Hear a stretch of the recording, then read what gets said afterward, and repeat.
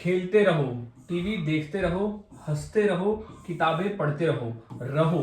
So guys welcome back to my channel. और आज का जो हमारा है lesson number 18, class 18, formula structure है 18। सो आज हम कुछ इस तरह के वाक्य को इंग्लिश में बनाना सीखने वाले हैं जो कि कहता है खेलते रहो, टीवी देखते रहो, हंसते रहो और किताबें पढ़ते रहो, यानी किसी कार्य को करते रहो। तो आज हम ऐसे ही वाक्य की इंग्लिश इतनी आसानी से सीखेंगे कि इस तरह के वाक्य को हमारे लिए रोजाना इंग्लिश में बोलना आसान हो जाएगा। तो वीडियो के अंत तक बने रहे और सीखे कि इस तरह के वाक्य को इंग्लिश में कैसे बनाया जाता है, जहां हम कहते हैं कि किसी कार्य को करते रहो यानी कंटिन्यू में रखो। तो आज हम ऐसे ही वाक्य की इंग्लिश सीखते हैं। तो सबसे पहले तो हम देख लेते हैं कि वो कौन सा फॉर्मूला है जिसके आधार पर हम आसानी से ऐसे वाक्य को इंग्लिश में बनाकर बोल सकते हैं। तो सबसे पहले हम उस फॉर्मूले को अच्छी तरह से समझ लेना है। तो वो फॉर्मूला है कीप। सबसे पहले कीप, यहाँ कीप का ही मतलब होता है कि रहो, करते रहो, यानी किसी कार्य को करते रहो। कीप का ही मतलब होता है कि रहो। तो यहाँ कीप जो है वो हर वाक्य में कॉमन रहेगा। याद में से रख लेना है कि हर वाक्य में कीप जो है वो कॉमन रहेगा। प्लस वी प्लस आईएनजी, यानी ये आईएनजी जो हमारा है वो क्रिया का आईएनजी फॉर्म है। अब वो कौन सी क्रिया को करते रहो वो आईएनजी फॉर्म में यहाँ पर आ जाएगा। किस क्रिया को करते रहो वो आईएनजी फॉर्म में आ जाएगा, यानी keep plus V plus ING क्रिया का आईएनजी फॉर्म। फिर प्लस ऑब्जेक्ट, ये तो होता है शेष बचा हुआ भाग। शेष बचा हुआ भाग ऑब्जेक्ट में आ जाएगा, जो भी क्रिया के बाद में हमें लिखना है सिचुएशन के हिसाब से। तो हमारा यहाँ फॉर्मूला बन रहा है keep plus V plus ING plus object. तो अब इसी फॉर्मूले का उपयोग करके हम वाक्यों की प्रैक्टिस करते हैं। तो सबसे पहला वाक्य हमारा है खेलते रहो। यहाँ है कि खेलते रहो, रुको मत, खेलते रहो। तो इसकी इंग्लिश क्या हो जाएगी? तो सबसे पहले तो हमारा फॉर्मूला कहते हैं कि हमें कीप लगाना है। तो सबसे पहले कीप, यहाँ आ जाएगा कीप। अब रहो के लिए कीप हो गया। अब खेलना, खेलना को हम इंग्लिश में कहते हैं प्ले। खेलना को इंग्लिश में कहा जाता है प्ले, लेकिन हमारा फॉर्मूला कहते हैं कि हमें आईएनजी फॉर्म लगाना है। तो कीप प्लेइंग, कीप प्लेइंग। तो प्ले का आईएनजी फॉर्म आ जाएगा कीप प्लेइंग। सो हो जाएगा कीप प्लेइंग, यानी खेलते रहो। कीप प्लेइंग, खेलते रहो, लिखते रहो, पढ़ते रहो। तो keep reading, keep writing, keep going, जाते रहो। तो इस तरह से वाक्य बनाए जाते हैं। और एक वाक्य देख लेते हैं प्रैक्टिस के लिए।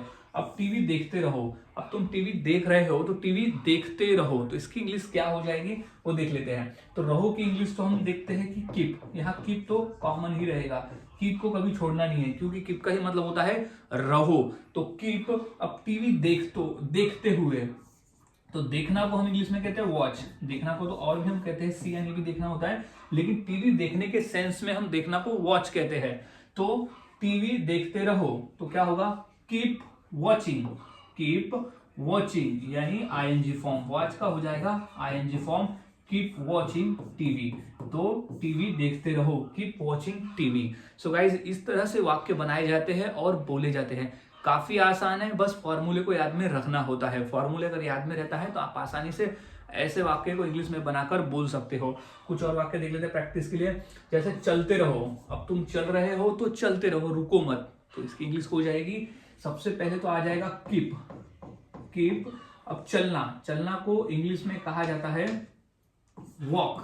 चलना को इंग्लिश में कहते हैं वॉक, लेकिन इसका हमें लगाना है आईएनजी फॉर्म। तो हो जाएगा कीप वॉकिंग, कीप वॉकिंग, यानी चलते रहो, कीप वॉकिंग।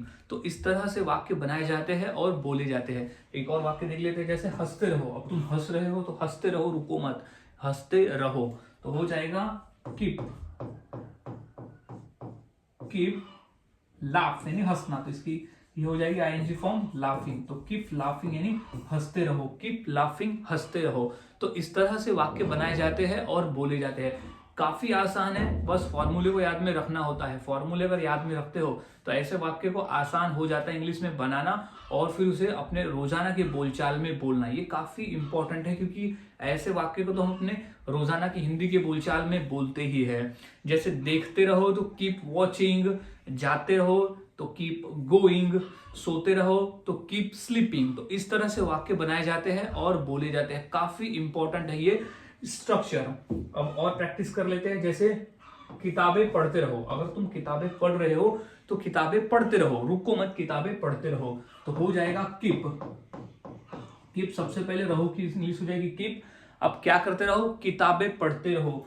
तो कीप रीडिंग, कीप रीड यानी पढ़ना, तो कीप रीडिंग बुक्स यानी किताबें पढ़ते रहो, तो कीप रीडिंग बुक्स यानी किताबें पढ़ते रहो, कीप रीडिंग बुक्स। तो इस तरह से वाक्य बनते हैं।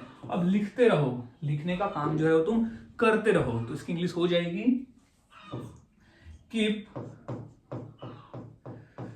कीप लिखना को इंग्लिश में होता है राइट, तो कीप राइटिंग यानी लिखते रहो, तो कीप राइटिंग लिखते रहो। सो गाइज इस तरह से वाक्य बनाए जाते हैं और बोले जाते हैं। काफी आसान है, बस फॉर्मूले को याद में रखना है और वाक्य की प्रैक्टिस करते रहना है। तो गाइज आज हमने देखा कि रहो, रहो की इंग्लिश क्या होगी, उससे हम कैसे बना सकते हो, किस तरह से बोल सकते हैं, आज हमने इस वीडियो में सीखा। तो अगली बार से ऐसे वाक्य को इंग्लिश में ही बोले। सो अब 2 वाक्य देता हूं प्रैक्टिस के लिए कि वो 2 वाक्य इंग्लिश क्या होगी, मुझे कॉमेंट में जरूर बताएं। जैसे पहला है कि दूध पीते रहो और दौड़ते रहो, यानी दोनों काम को करते रहो। और मैं कहूंगा कि मेरी वीडियोस देखते रहो, तो कीप वॉचिंग माय वीडियोस। तो इस तरह से कि यानी किसी काम को करते रहो।